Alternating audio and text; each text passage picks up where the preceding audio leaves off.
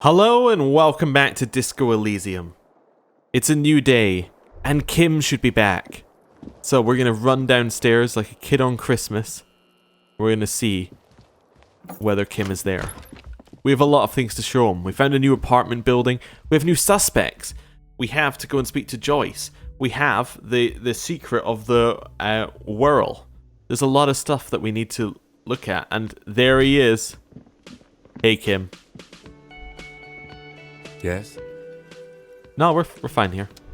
Okay. Well, let's head out first. Where do we even start? The backup for the whirl, I guess we could start with.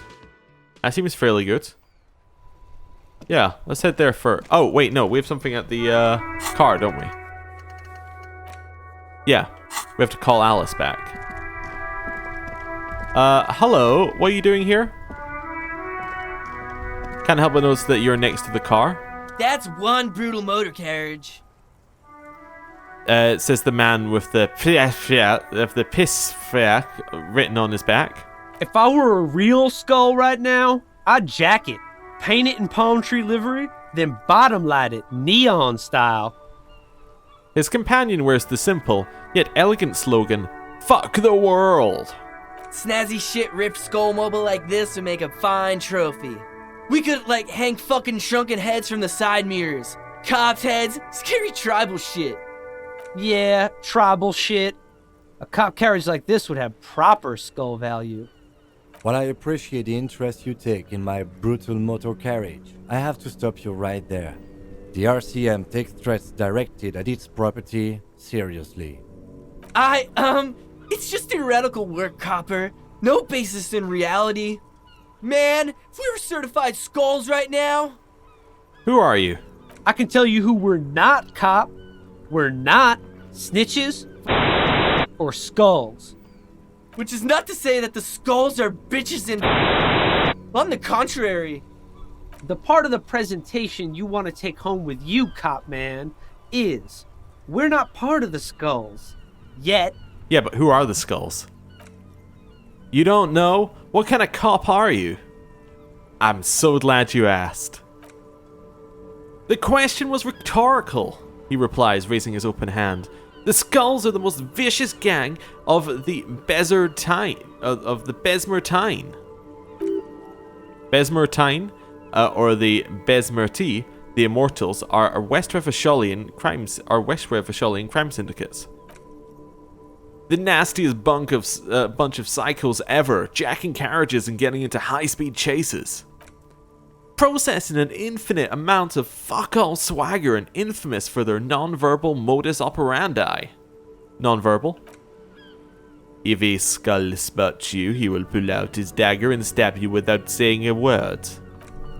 Lieutenant's voice is calm as usual, a testament to the violence and death he's witnessed through the sight of his firearm. They usually occupy a burnt-out quarter in Jamrock, or you can find them loitering around their brightly painted bottom-lighted vehicles. Oh, I can't wait to become a skull! Bottom lights are wretched, aggressive. Do you know anything about the murder that took place here? Murder? A man was hanged in the backyard of the Whirling in Rags? Yeah, sure, we'll gladly tell you everything we know about it. He clears his throat. It was a man. Also, he was hanged. Anything else? He was hanged from a tree. Yeah, I mean, duh. These bunks don't know anything. Let's just move along. Hey, stop right there. How does one know anything? Ah, this sounds like epistemology. A field so occupied by thought that it begins to question thought itself. However, there is no way these young men could possibly be aware of her work. I know that you don't know shit. Exactly, how can one know shit? For example, how can one be sure that there truly is a body hanging behind the hostel? What if it's art or just a mere spectre? That could be the case, yes, a brilliant work of art. The lieutenant raises an eyebrow, but does not comment. Do you guys know Cindy the Skull? The young man's eyes glaze over as he marks, in a voice filled with longing. Oh yes, Cindy's a right proper skull. Yeah, the young other guy lights up too. A true artist of the future, just like Arno van Eyck. By the way, if you see Cindy, give her our regards, he adds, returning to whatever void he was just visiting. Odd, there isn't a hint of hate in them. It's like they're pissed and fuck the world out of some kind of moral obligation. Lieutenant on your left is unusually lenient towards them. I see you kids are into anodic dance music. Oh yeah, man, yeah, he exclaims and stops himself, processing the rest of your question. We're not fucking kids, man. Be wary of the abyss, his blonde friend adds ominously and points to his temple. Why? Probably because of how non-verbal the mode of operation is going to be. The lieutenant answers for the two rebels. It's a threat. I just want to talk about music, and now there's a conflict all of a sudden. It's too much. Shaking my head. Yeah, that's right, the young man says, looking unsure of himself. You look like you should back off and let the sounds rule supreme. This is ridiculous. Lieutenant gives you an irritated glance. Boys, do you know why the gang is called skulls? Yeah, the skull symbolizes the embrace of death and nothingness that is present in all of us. The vehicle of our future operations, death and nothingness. They are called skulls because when you're shot dead in the middle of the street, the skull is the only part that stray dogs won't eat. Just trust me and follow my lead. Boys, want to feed the dogs? No reply. The blonde rebel scratches his chin, deliberately not focusing his gaze on anything. He looks very uncomfortable. The other one shuffles uncomfortably, nevertheless continuing to steal glances at Lieutenant's motor carriage. Why aren't there more skulls in Martinez? The Union does their share of policing in Martinez, at least where gangs are concerned. Lieutenant replies instead. That's why there isn't much organized crime around here. Apart from the Union themselves, of course. Don't you worry about that. We're going to make up for the deficit. Yeah, we are. The young men exchange approving nods. Your rhetoric is confusing. Are you part of the Skulls or not? We're not franchise Skulls. Well, not yet. Once we get our name out there, we'll have a chance to join them.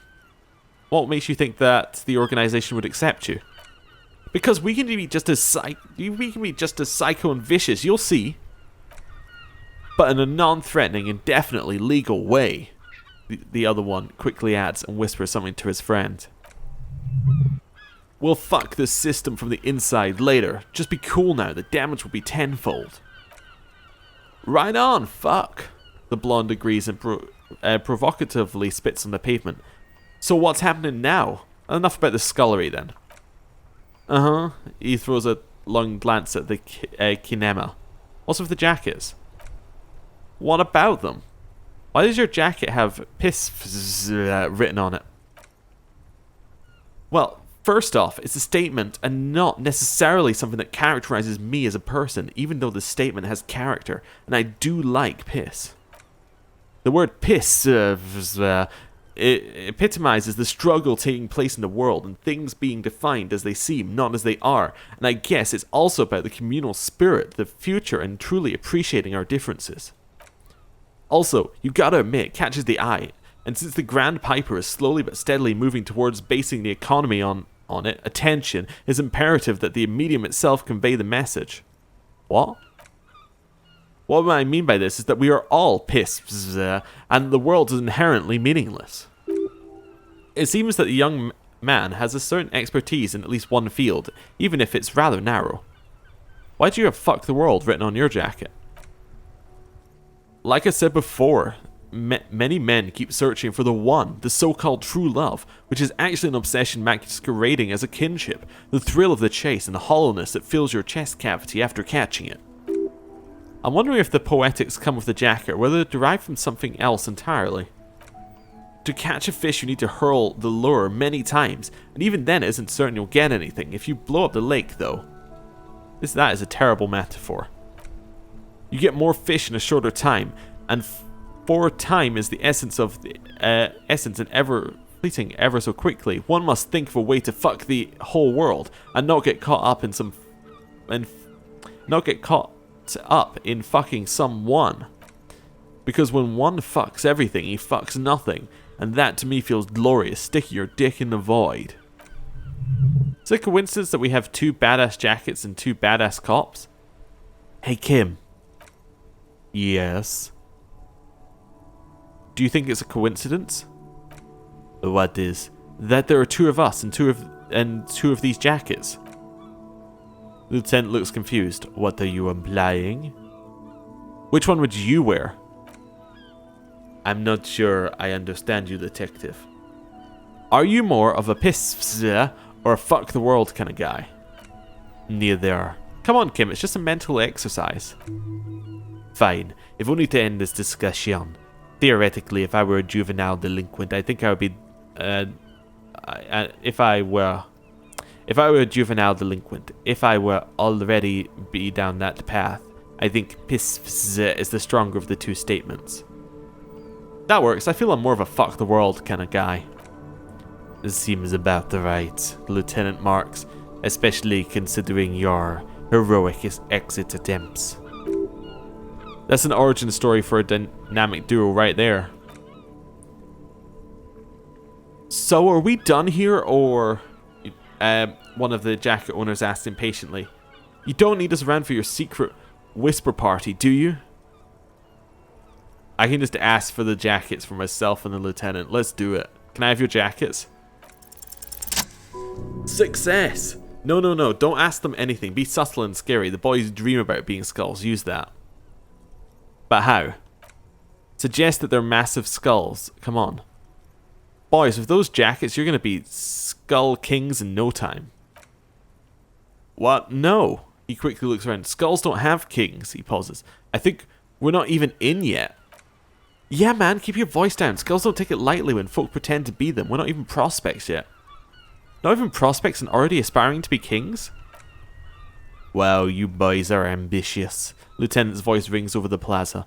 Only prospects and you're already planning a coup in the skulls. You're destined to go far.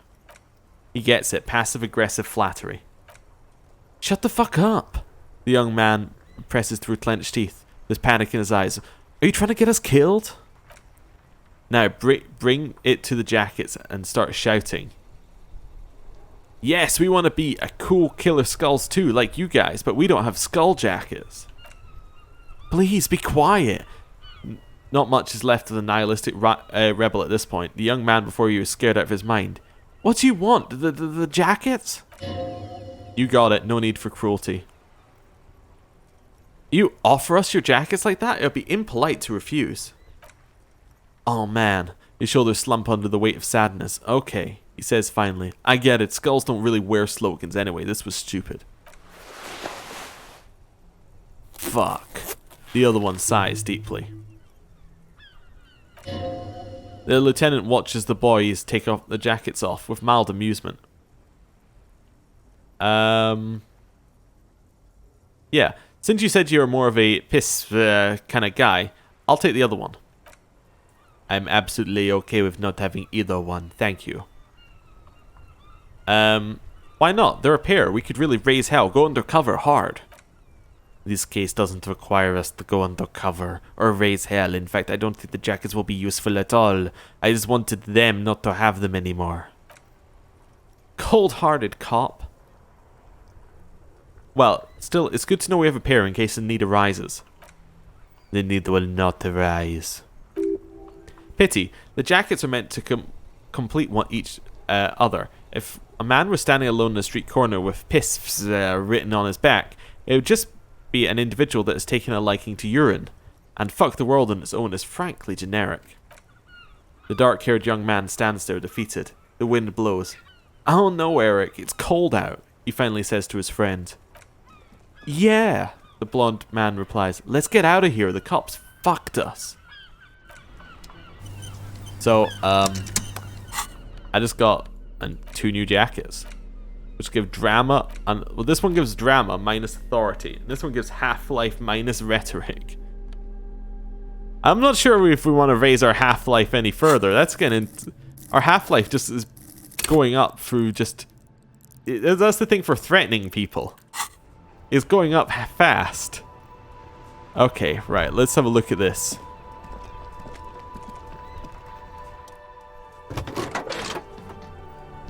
Right, I'd like to pick up the radio. Calling Anna. Did you find out any more about the owners of the armored boots? Sorry, sir, I haven't heard back from the database people. Try calling again later. Is there anything else I can do for you? Connect me to the 41st again? Just a moment, officer. 10-4, come in, officer, over. I'm happy to report I've found my badge, Jules. 10-4, sir. Glad to hear that. All right, then. There's no need to issue a new one to you, then. Over. Right, see ya.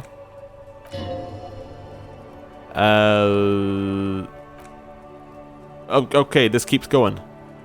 18 kilometers to the south, in the 41st Precinct's relay booth, a small crowd is gathered around a communications officer, Jules' old boy, Perdue, around a dozen cops. And the small room is filled with cigarette smoke, a buzz with laughter, when Officer Judith Minois enters. Is that how you say it?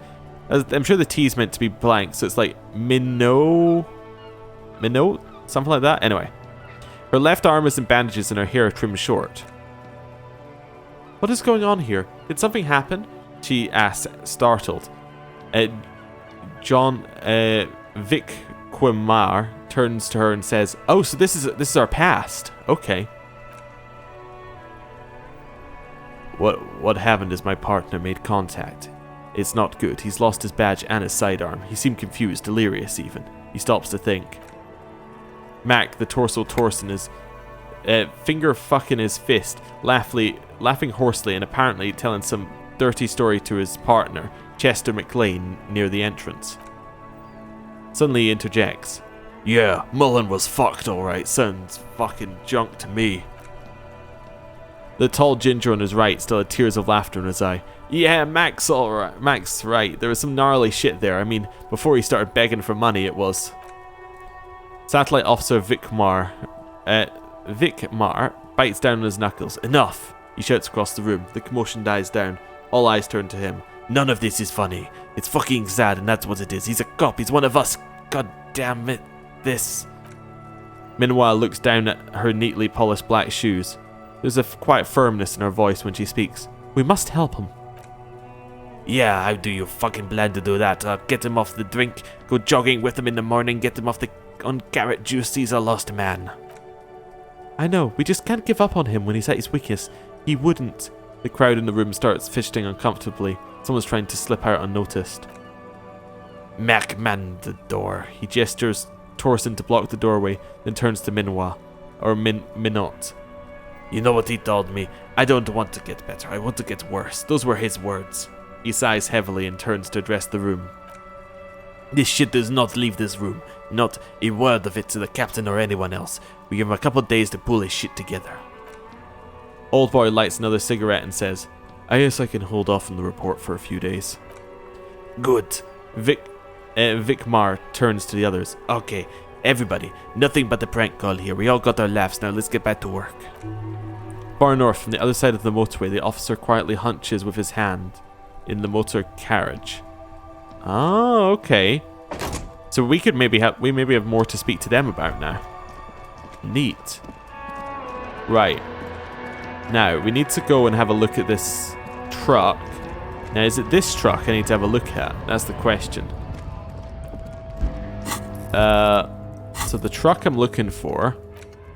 Yeah, we need to wait after 9 for that one. Yeah, that's fine. We'll wait on that one. Figurines. Where's the truck? No, not that one. Oh, it's further down, isn't it? It's the Jam Mystery. Alright, so it's near the monument, apparently. Ah, it's this one. Perfect. The one that wasn't active previously. This green Fallen A to Z Contemporarian is parked in the shadow of the ruins looming overhead. It's seen better days. "This must be the one he told us about, unless he was lying." The lieutenant peeks inside. Let's try and peek inside the window. The glass on the side windows is tinted and covered with dust. You can barely make out the shape of a seat and 2 steering levers. Posters cover the small windows in the back. You can't make out what's on them. Let's try the door handle. The door is locked. The handle looks shiny. Looks like it's been recently replaced. There's no pick in this lock. The owner has put special care into it. It's a recessed design. How are we going to get this open, Kim? Use the pry bar to smash the window. Open it from the inside. Really? This has been hard enough. No need to make it harder. Alright. Let's leave for a second. Equip the top end pry bar. Let's try this one.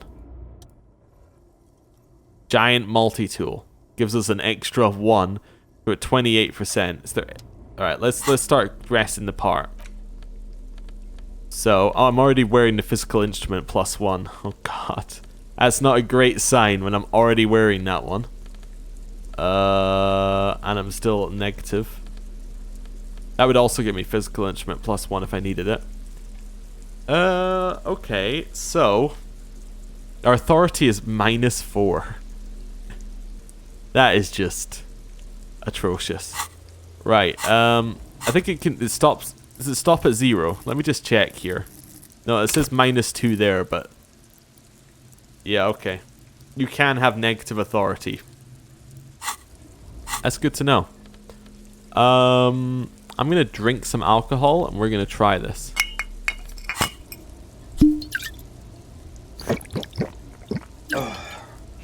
Right. Try it. 42%. Let's go. Pry bar in hand, you take a hard swing at the window. A loud thunk rings out and the pry bar bounces back, leaving a tiny spider webs on the glass. Looks like the window might be shatterproof. You may have to rethink your approach. The window appears to be shatterproof. No, it's not shatterproof. Give me that. Takes the pry bar from you and gestures for you to step back. Then, with little warning, he smashes it into the window. Droplets of glass fly everywhere, shattering over the lorry floor and pavement. You can just reach in now. Oh wow, so though that was a white check, that was a one-time check, and then Kim will come and do it for you. Nice. He nods and gives you the tool back. It went better than expected. Open it from the inside. Okay, open. The smell of cigarettes and perfume welcomes you. The cabin inside is plastered with old movie posters. Actresses smile from the walls. There's a radio transmitter in the front and a toolbox tucked under the driver's seat. Some tools lie scattered near the pedals. There's something odd about the passenger seat. The seating fabric has been pulled tight over the lower side of the seat, where the toolbox should be. Let's admire the posters. These movie posters featuring starlets from long-forgotten films from the 20s, the teens, and even the 90s of the last century. One of them particularly catches your eye, a centerfold of an Injuen attached right above the back seat. There's definitely perfume in the air. It's spicy with a hint of ambrette wafting through the bitter air of the cabin. Let's wonder what the smell is. Remnants of a sweat juniper scented perfume, probably Granat number 5. Study the centerfold. The actress is draped in a sheathed dress, one of her shoulders bared. The faded remains of an autograph run across the poster. She's looking past the camera. This is Tippi Tijoni, a starlet from the dawn of cinematography. Less known for her talent than her tragic, untimely death. What happened to her? She wasted away in a drug den called the Door to the River, not far from here on Boogie Street. A mixture of cocaine and morphine. She was afraid of the world. And the camera too. Enough of the posters. The actress and the rare actor all smile at you with a warm goodbye. The radio transmitter is attached to the dashboard and a toolbox sits under the driver's seat. Let's examine the radio. Looks like the frequency dial is absent. It requires a key to work, but the key has been removed, likely by the missing lady driver. Kim leans closer to the radio and hums. It's strange. There are so many radio stations saved here. Must be over 100 at least. It has to be an advanced model to fit in so many frequencies next to each other without blending them together. What about Speed Freaks FM? Is it one of the save stations here? No, that's on 78.9. He stops coughing awkwardly. Let's raise our eyebrows. What? I happen to have committed the frequency to memory. I have no problem admitting that. Okay, cool. Why would anyone need so many radio stations? Because they're speaking to a bunch of people, like, or listening for a bunch of different people and maybe listening for orders? I don't know. Or contacting an entire fleet of lorrymen, for example. He flicks a switch on the radio. This is all shortwave, UW and UKV. Looks like we're dealing with an impressive organizational duel, the nerve center of a huge operation, with quite the range too. A 20-kilometer radius at least, perhaps extended by an attachable antenna that's not here right now. Is there anything we can do with the radio? Doesn't look like it. It's completely inoperable without the dial key. Alright, what else is here? The pedals? You wedge yourself under the steering wheel to get a better look. Seems like a few tools lying around here. A hammer, a pair of pliers, a rusty wrench. All have been casually thrown there by the disorganized driver. I'd like them all, please. But one odd detail does catch your eye. A piece of sandpaper has been glued to the throttle. Sandpaper adds extra grip. Well, it looks like this driver had glued a piece of sandpaper to the throttle to offer some extra grip. Sandpaper, Lieutenant repeats, a novel technique. The sandpaper would also rub the pattern from the driver's right boot sole. Yes, he likes where this is going. Do the honors, he thinks. Connect it yourself. One of the footprints from the crime scene had an aberration. One sole was smoother than the other. Which means the missing lady driver was present at the lynching. The lieutenant's eyes light up behind his prescription lenses. Wait, the missing 8th Hardy here? He looks like her, yes. Okay. First the drug smuggling, now this. How deep does this rabbit hole go? Now we know for certain who the missing 8th person at the lynching. Do you think that Hardy and his boys could also be involved in the drug operation? Well, that would fit what Joyce told us, but I don't want to make any assumptions. Understood. We should go and see what Titus has to say on the matter. He writes something down in his little notebook. Are we finished with the lorry? The movie stars are still smiling from the walls. The radio transmitter sits on the center console, and a faint smell of perfume is still in the air. Let's pull the cover off the passenger seat. Voila! A stack of neatly folded papers have been stashed behind the seating fabric. You see 3 maps depicting a large metropolitan area. It's Revachol. Some of the routes and highways have been outlined with a pen. Bon présé. The lieutenant commends you with a shift through the treasure, well worn and folded into neat squares. Let's open the topmost map. This large map displays an elevated motorway called 881. The intake leading to Martinez is marked with a blue X. There's another X on the off-ramp at a place called the Old South. Toll booths at the intakes are marked with a circle. It looks like there are scant few ways of getting into the elevated motorway that runs over Jamrock, and this person knows them all. There, hundreds of thousands of motor carriages roar on the 881 high above the mass of brown and red roofs that is Jamrock. The commuters don't even look down. The world ceases to exist outside the windshields. Where does the road lead? To Curon, through the middle-income neighborhoods there, by the river, and then to Stella Maris and La Delta for work, while the men and women of Jamrock scuttle to their fates below the road. Let's fold open the second map. This municipal map from the 30s displays a complex system of storm sewers underneath a sub-district called the Pox, Old Military Hospital, right adjacent to the 41st Precinct. Wind rips through the empty hallways of the once great military hospital, now just a ruin under an overgrown park. Beneath the hospital, great sewer tunnels hum and vibrate with a life of their own. What's that sound? The rattle of motor carriages and lorries driving through long-forgotten tunnels, lit by gas lights. Alright, let's look at the third map. The final map displays a labyrinth of service tunnels left over from the construction of motorway 881. A few routes have been marked with a pen, where the tunnels and sewers surface near the eminent domain and a traffic island in central Jamrock by the lake. These service tunnels were probably used during the construction of the foundation beneath the motorway. Looks like the smugglers have infiltrated the road network belonging to East Motor Tract. The smugglers have infiltrated the motor tract. So it would seem. Lieutenant examines the maps with a furrowed brow. The RCM patrols most of these auxiliary roads, though apparently not all of them. Where do you think the contraband ends up? Hard to say. This distribution network certainly looks large, yet still vague enough. Doesn't reveal much about the Besmarte behind it. Besmarte? That sounds vaguely familiar. A Besmarte is a Revacholian crime syndicate. They see themselves as the inheritors of the 14 Revacholian Indo tribes, but really they're just violent gangs vying for control on the west side of Revachol. With good names, he adds with contempt, like La Puerto Madra or Ahura Mazda. It's a dark parody. Who do you think is behind this? Oh, it's definitely not the Union. They just do some logistics.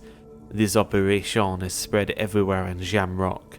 If it's that widespread, then Madra remains the most likely suspect. Is bad news. Kim removes his glasses and polishes them with a handkerchief.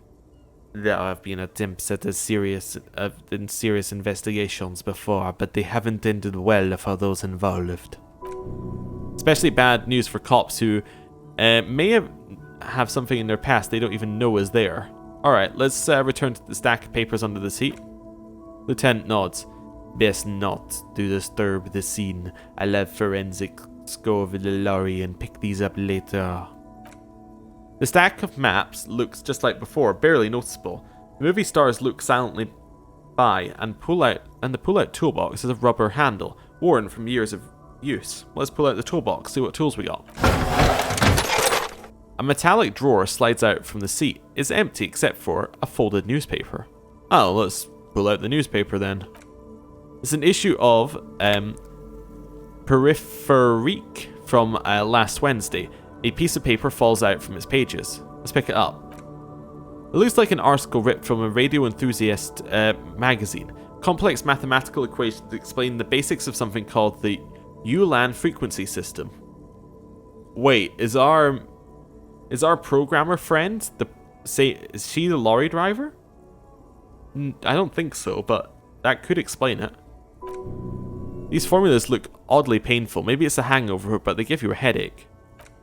Lieutenant leans over your shoulder to examine the note. The ULAN frequency system? I've never heard of it before. I know of FM, AM, UKV, but his thoughts trail off. Let's push in the toolbox. And close the door. You close the rusty, old lorry door. Great, I think we have everything. A word, the detective. He steps away from the lorry. Before we return to Joyce. Okay, what's up, Kim? Alright, we've finished here. Let's quickly debrief and go over what we found, so we don't do it in front of the company rep. Seems like something police would do. What do you think of all this, Kim? Honestly, I'm quite worried about what we've seen so far. The evidence seems to point to a rather extensive and well-organized operation.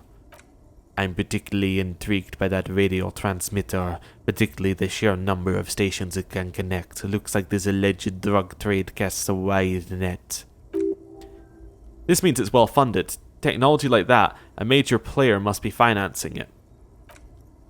I'm not sure what the ULAN frequencies are all about, but they may hold some significance. Perhaps it's a better way to connect between fleets while avoiding frequency bleed, or maybe it's used to tap into RCM networks. Listening in on your calls, between you and your station, a worrying prospect. Oh, and the maps we found, they reveal the geographical extent of the operation. Looks like they've used abandoned tunnels and access roads to stay hidden. This is useful info. And last but not least, it looks like the Hardy Boys knew this driver, as we know that she was present at the lynching. This may be the Union connection we've been searching for. The probe and the case converged, he thinks. This was quite the find. What about the movie posters? How did they factor into this? As elegant as they are, I don't think they are relevant to the drug trade. A lot of women there, especially for a lady driver's cabin. Yes, well, he doesn't say more. Unimportant? So it turns out it is connected to the Union. Like Joyce told us, yes, logistically. But I don't expect to bust this open during our stay here. At best, this is an angle we can use against them, to other ends, as extra ammunition. Meaning someone as slippery as Everart won't be caught by a couple of cops and some stuff they found in some cabin. Will the RCM open an investigation into this? We should return to the murder case, see what Joyce tells us about the lynching. When we're done for the day, I'll call my station and suggest our narcotics department look into it. There are more than enough grounds to start an official investigation. Sometime later, when we're done here, we do not want to get caught in that. He stops to think. What are you thinking? The fact that one hasn't started already gives me pause. An investigation, I mean, especially if the Mandra grouping is involved. I can't imagine they aren't. It's certainly worrisome. Corruption? He nods. All the same, I don't like the idea of internal affairs descending in on the matter. That won't help anyone either. Debrief over? Debrief over. He nods. After you. Well, with that, I'm gonna bring my ledger back out again. Gonna bring out my trusty yellow bag. And we are gonna end the episode there. Thank you for watching. I'll see you next time. Goodbye.